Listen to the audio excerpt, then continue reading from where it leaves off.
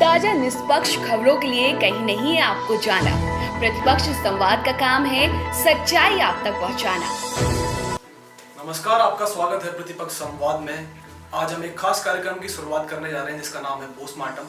इसमें हमको आपको आम जनजीवन में चलने वाली चीज़ों का विश्लेषण करके दिखाएंगे और आपको बताएंगे अंदर तक की बात, और आपको कई सारे डायमेंशन हम इसमें दिखाएंगे कि क्या है इस चीज़ के फायदे, क्या किसी चीज़ के नुकसान है और क्या वे फॉरवर्ड है। तो आज जो हम टॉपिक लेके आए हैं वो है अभी जो सबसे करंट टॉपिक चल रहा है, किसान आंदोलन।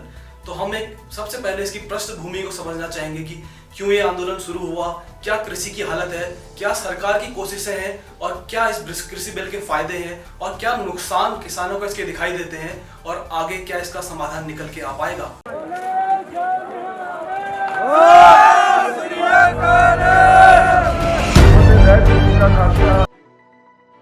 तो हम जानते हैं कि भारत की कृषि बहुत आदिम समय से चलते हुए आ रही है। प्राचीन समय से ही हड़प्पा के काल में भी हमें कृषि के अवशेष मालूम पड़ते हैं। उसके बाद प्राचीन काल के बारे में हम जानते हैं इतिहास में, तो तब भी हमको मालूम पड़ता है कि कृषि अर्थव्यवस्था का सबसे अहम हिस्सा था।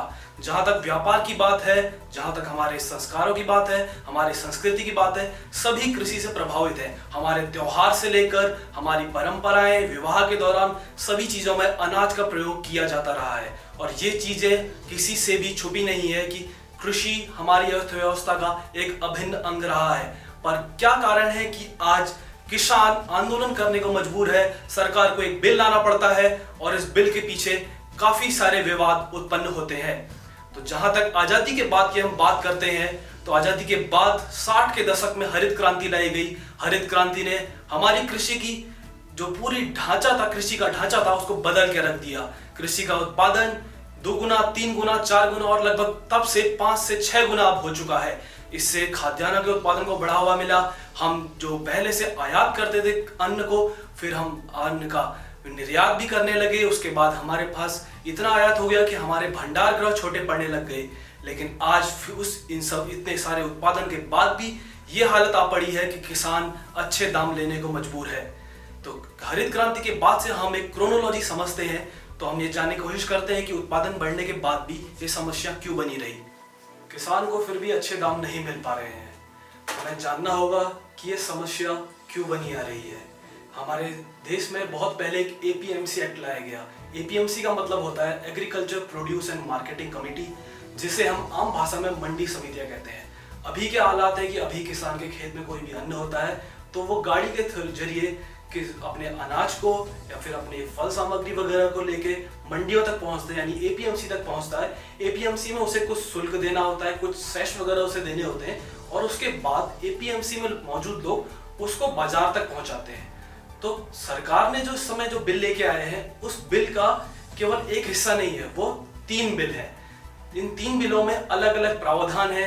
एक प्रावधान ये कहता है कि किसान एपीएमसी को बॉयकॉट कर सकता है, मतलब कि किसान एपीएमसी के बाहर भी प्राइवेट प्लेयर्स, यानी जो निजी व्यक्ति होते हैं या निजी कंपनियां होती हैं, उन्हें भी अपना सामान दे सकता है। और दूसरा जो एक्ट है वो कहता है कि कॉन्ट्रैक्ट फार्मिंग के बारे में, कि किसान अगर कोई फसल यानी कि कोई गेहूं की फसल अगर आज लगाना चाह रहा है तो वो आज पहले से कॉन्ट्रैक्ट किसी के साथ कर सकता है कि वो इतने दाम पर इतना गेहूं उस आदमी को बेचेगा। और एक कॉन्ट्रैक्ट का सबसे अच्छा फायदा यह है कि किसान किसी भी तरीके के जोखिम से बच जाता है। कि बाजार का सबसे बड़ा जोखिम जो है वो आज ये है कि कीमत का जोखिम, कि किसान ने अगर सामान उगा लिया तो वो आज भी श्योर नहीं है इस चीज के लिए कि उसे ये कीमत मिलेगी या नहीं मिलेगी। लेकिन कॉन्ट्रैक्ट फार्मिंग में क्या है कि किसान ने कोई भी चीज उगाई है तो वो निश्चिंत है कि अगर वो अपनी फसल को अच्छे से पोषण देता है, उसे आखिरी समय तक देखभाल कर लेता है, तो उसे अच्छी कीमत मिलेगी, यानी उसे अपनी मेहनत का मेहनताना जरूर मिलेगा। तो ये कॉन्ट्रैक्ट फार्मिंग का जो बिल है दूसरा नंबर का, वो ये कहता है। तीसरा बिल जो है वो है इसेंशियल कमोडिटीज बिल, यानी कि आवश्यक वस्तु का बिल, जो कहता था कि जैसे हम देखते हैं कई टाइम पे प्याज के दाम बढ़ जाते थे या फिर टमाटर के दाम कभी बढ़ जाते थे, ये सब स्टॉकिंग की वजह से होता था। लेकिन इस बिल का विरोध का सबसे बड़ा कारण ये इसेंशियल कमोडिटीज वाले बिल को माना गया है, क्योंकि इसमें क्या प्रावधान है कि इसमें अब स्टॉकिंग की लिमिट को हटा दिया गया है।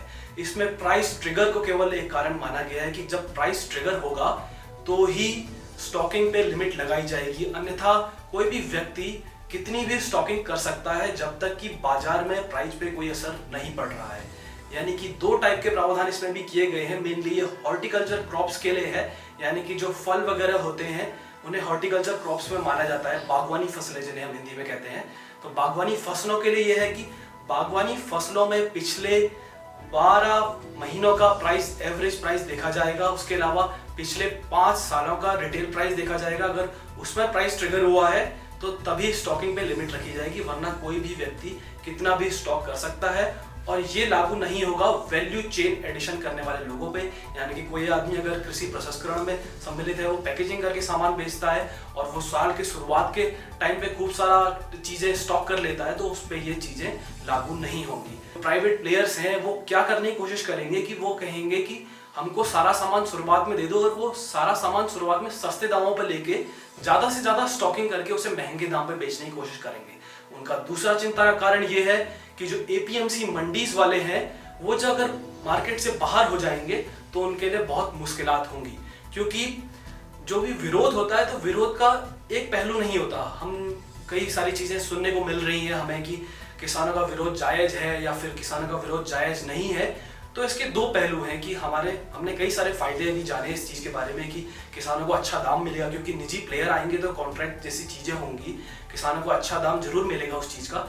लेकिन दूसरी चीज क्या होगी कि कॉन्ट्रैक्ट फार्मिंग और ये सब जो एपीएमसी का हटने का मुद्दा है, इससे ये होगा कि जो पुराने एक्सपीरियंसेस रहे हैं, हमने टेलीकॉम के एक्सपीरियंसेस देखे हैं, उसके अलावा हमने ऑनलाइन मार्केटिंग के कई सारे एक्सपीरियंसेस देखे हैं कि कैसे ऑनलाइन मार्केटिंग में किसी टाइम पे फ्री डिलीवरी मिला करती थी। कभी प्राइम जैसी चीजें आई, कभी फ्लिपकार्ट, अमेजॉन, स्नैपडील, मंत्रा जैसे सभी एक प्लेटफॉर्म पे एक दूसरे को कॉम्पिटिशन देते हुए मालूम पड़ते थे।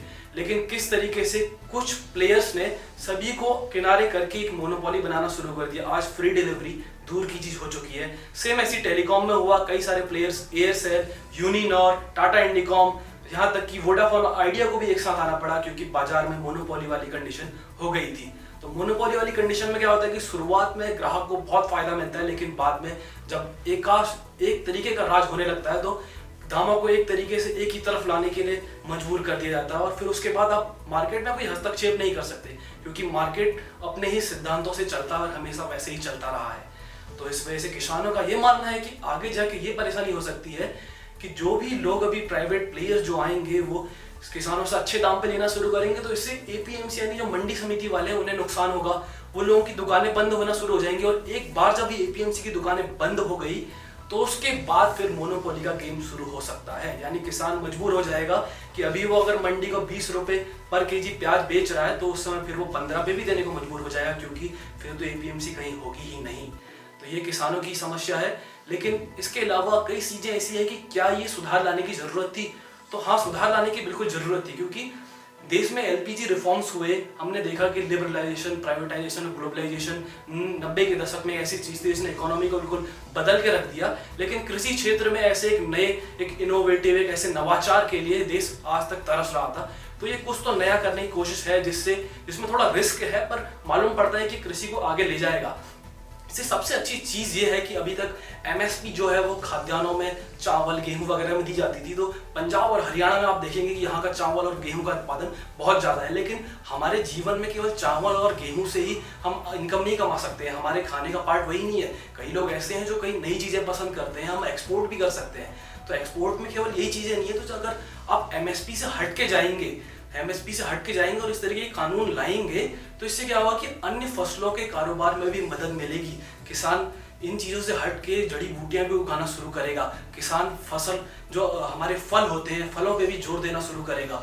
तो ये बहुआयामी जो विधेयक है, ये उस तरीके का विधेयक है जिसके कुछ नुकसान है और कुछ फायदे भी हैं। हम चाइना से कुछ सीख ले सकते हैं कि चाइना की इकोनॉमी इतनी अच्छी है, क्योंकि चाइना का जो पहला उदारीकरण था वो किसी इंडस्ट्री और किसी इकोनॉमी, किसी बैंकिंग सेक्टर के लिए नहीं था। उन्होंने अपनी शुरुआत कृषि से करी थी और कृषि बेस्ड इकोनॉमी बना के शुरुआत करी। लेकिन हमने ये गलती करी कि हमने कृषि को किनारे किया और उसके बाद हम इसको बाद में लेके आए। लेकिन अभी ये जो हमारी भूल थी उस पर सुधार करने का समय आ गया है और हम बहुत अच्छा कर सकते हैं। मैं कहूँगा कि ये बिल जो है एक अच्छा बिल है। साथ ही साथ कुछ चीज़ें हैं जो मन मुटाव है वो बैठ के सरकार दूर कर सकती है। जैसे कि किसान कह रहे हैं कि जो न्यूनतम समर्थन मूल्य है यानी एमएसपी, उसको संवैधानिक अधिकार बना दिया जाए। तो उस पर विचार किया जा सकता है कि संवैधानिक अधिकार नहीं भी तो कुछ ऐसा आश्वासन हो कि किसान निश्चिंत रहे कि ये चीज़ कम से कम भविष्य में जाके गायब ना हो, क्योंकि उसे कुछ कुछ चीज़ें डर हैं। भले ही कोई भी आदमी नई दिशा में जाता है, कोई एक नया बच्चा कॉलेज से निकल के नई जॉब में जाता है, तो उसको भी कुछ न कुछ परेशानियां, कुछ न कुछ शंका संदेह मन में होते हैं कि आगे जाके रिस्क हो सकता है। तो यही सेम चीज़ें उनके साथ में है, क्योंकि मानव मन है, तो मानव मन है तो उसमें कुछ निराशा, आशा, कई सारी चीज़ें उसमें उत्पन्न होती हैं। तो मेरा ये कहना है और मेरा अपने चैनल की तरफ से ये कहना है कि एक शुभ संकेत है, इसमें जो भी मनमुटाव है उनको दूर करके सभी के साथ मिलके सरकार को आगे बढ़ना चाहिए। और मैं उम्मीद करता हूं कि आपको हमारा ये एपिसोड बहुत अच्छा लगेगा। हम आगे भी आपके लिए इसी तरीके के एपिसोड लाते रहेंगे। ताजा निष्पक्ष खबरों के लिए कहीं नहीं है आपको जाना।